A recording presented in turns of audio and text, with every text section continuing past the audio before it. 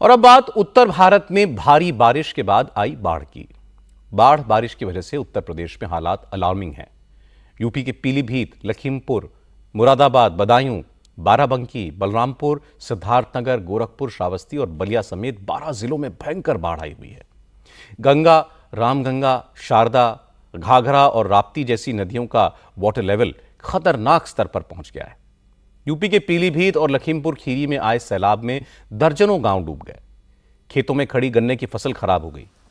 बाढ़ प्रभावित इलाकों में रिलीफ और रेस्क्यू के लिए एनडीआरएफ और एसडीआरएफ की टीमों को लगाया गया है। यूपी के मुख्यमंत्री योगी आदित्यनाथ ने आज पीलीभीत और लखीमपुर के फ्लड इफेक्टेड इलाकों का पहले एरियल सर्वे किया। उसके बाद वो पीलीभीत में बाढ़ प्रभावित लोगों से मिले। आपदा प्रभावित लोगों को राहत किट बांटी गई। अधिकारियों से रेस्क्यू और रिलीफ ऑपरेशन की फर्स्ट हैंड रिपोर्ट ली। इसके बाद योगी आदित्यनाथ लखीमपुर गए। लखीमपुर में उन्होंने एनडीआरएफ की नाव में बैठकर पानी में डूबे हुए इलाकों का सर्वे किया। योगी आदित्यनाथ ने कहा कि सरकार बाढ़ की सिचुएशन पर नजर बनाए हुए है। नेपाल और उत्तराखंड से आए पानी ने इन इलाकों में आफत ढा दी है, लेकिन सरकार पहले से इसके लिए तैयार थी, इसलिए हालात को काफी कंट्रोल कर लिया गया। योगी ने कहा कि उन्होंने अफसरों को निर्देश दिए हैं कि जो लोग रिलीफ कैंप्स में हैं उन्हें किसी किस्म की परेशानी नहीं होनी चाहिए। योगी आदित्यनाथ ने ऐलान किया, जिन किसानों की फसलें खराब हुई हैं उसका सर्वे कराकर जल्द से जल्द उन्हें कॉम्पनसेशन दिया जाएगा। नेपाल और उत्तराखंड से काफी बड़े पैमाने पर पानी छोड़ने के कारण नदी में जलस्तर काफी वृद्धि हो गई थी, जिसके कारण जुलाई के प्रथम सप्ताह में ही बाढ़ की इस विभीषिका से जूझना पड़ रहा है। बचाव के लिए हम लोगों ने एनडीआरएफ, एसडीआरएफ, पीएससी की फ्लड यूनिट, इन सबको तो लगाया ही है। स्थानीय गोताखोर भी हैं। हर ग्राम पंचायत में नौकाओं की व्यवस्था के लिए भी कहा गया है। बाढ़ से 12 जनपद वर्तमान में प्रदेश के प्रभावित हैं और इन 12 जनपदों में राहत और बचाव के कार्य युद्ध स्तर पर चलाए जा रहे हैं। 133 गांव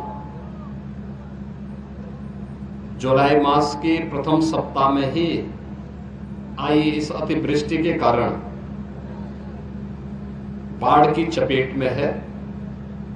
हजारों हेक्टेयर भूमि जो खेती की फसल की भूमि है वह फसल उससे प्रभावित हुई है।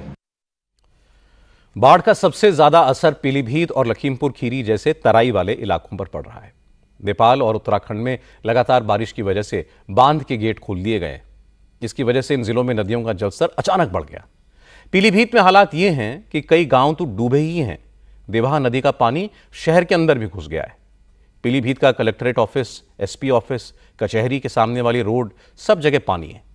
इसकी वजह से इन दफ्तरों में कामकाज ठप हो गया है। देवाहा नदी का पानी शहर में घुसा तो शारदा नदी की चपेट में दर्जनों गांव आ गए। नवादा, गुजिया, मीरपुर, गनकौर समेत दर्जनों गांव ऐसे हैं जहां लोग मदद की पुकार कर रहे हैं। बाढ़ की चपेट में एफसीआई के 2 गोदाम भी आ गए। एफसीआई के गोदाम में 4 फीट से ज्यादा पानी भरा हुआ है। इसकी वजह से यहां स्टोर किए गए 36,000 टन अनाज के खराब होने का संकट है। हालात ये हैं कि अधिकारी गोदाम के अंदर जाकर नुकसान का जायजा भी नहीं ले पा रहे। एफसीआई के अफसर ने कहा कि इस इलाके में कभी ऐसी बाढ़ नहीं आई। उनकी टीम पूरी कोशिश कर रही है कि गोदाम में रखा अनाज बचाया जा सके। बारिश तो काफी दिनों से हो रही है, लेकिन बारिश से इस गोदाम पे कोई असर नहीं पड़ा था। अच्छा। बारिश तो आज 10 दिन से हो रही है यहाँ पे, लेकिन जो ये 8 और 9 तारीख की रात्रि में प्रातः 4-5 बजे जो पानी छोड़ा गया है, वो पानी अचानक से बहुत भारी संख्या में पूरे इलाके में जो है घुसा है। आने जाने का रास्ता में इतने पानी में हम लोग होके आ रहे हैं। चैलेंज है, हम लोग पूरी मेहनत कर रहे हैं और जितना कोशिश हो सकेगा उसको बचा के हम लोग अपना सुरक्षित करेंगे।